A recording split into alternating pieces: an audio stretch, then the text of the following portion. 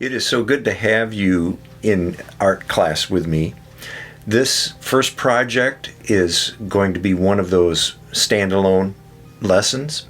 A lot of what we'll be doing this semester will continue on from one lesson to the next. There's going to be a unit on 2D design, on drawing. This particular one is just one lesson by itself, just something fun to do with dry pastels and trying to imitate a beautiful part of God's creation. Aurora Borealis is the subject for this project. Now, do you know what that is? Have you ever seen the Aurora Borealis? What's another name for that? Yeah, the Northern Lights. Now, if you live way in the northern hemisphere, way in the north, like Canada or even northern parts of the United States, you'll probably be able to see those northern lights. They are also visible in the southern hemisphere, close to the South Pole too. They're called the Aurora Australis, I think, and it's the same phenomenon. It's just this wonderful array of green, blue, sometimes red, even violet or purple. These colors, bands of colors that kind of flow and fluctuate through the sky. Beautiful display of God's glory and wonder. So we're going to do one of those using dry pastels, like I said. Ready to get started? All right, let's go. Supplies that you're going to need for this will be a sheet of this 12 by 18 white drawing paper. You can have a pencil also, just a regular number 2 pencil. A pair of scissors, and then a box of these dry pastels. I have a set of 24 in this box. It's you can buy the 12 pack. It doesn't really matter.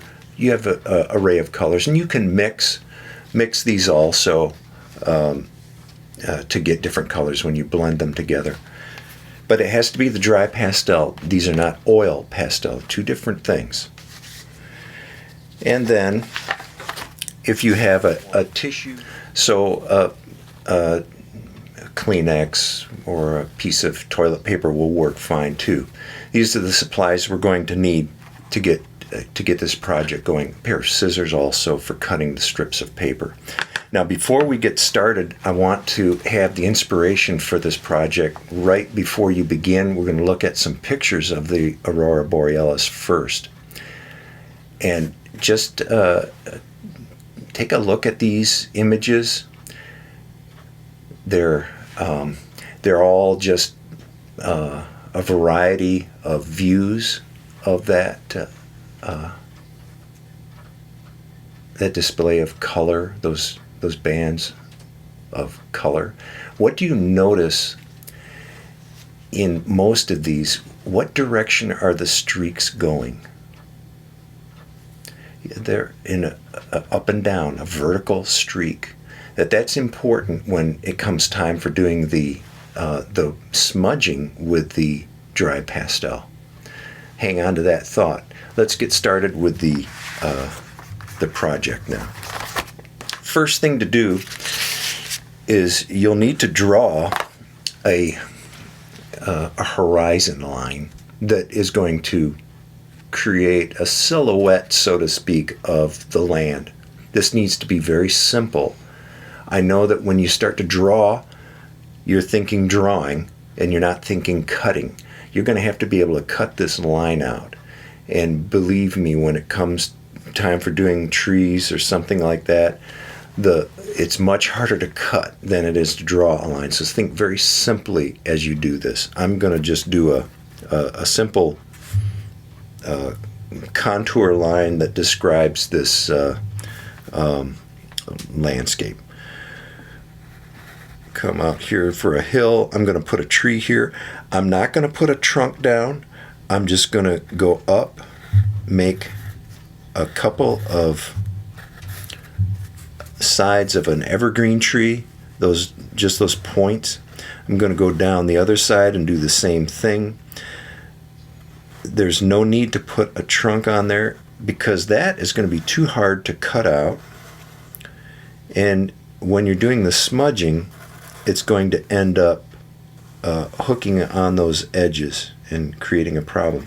Now this is just a cabin here. I'm just making a little house with a lean-to on the side. Make another tree here. Same simple type of Christmas tree looking shape. Avoiding a narrow trunk because again that's going to be too problematic.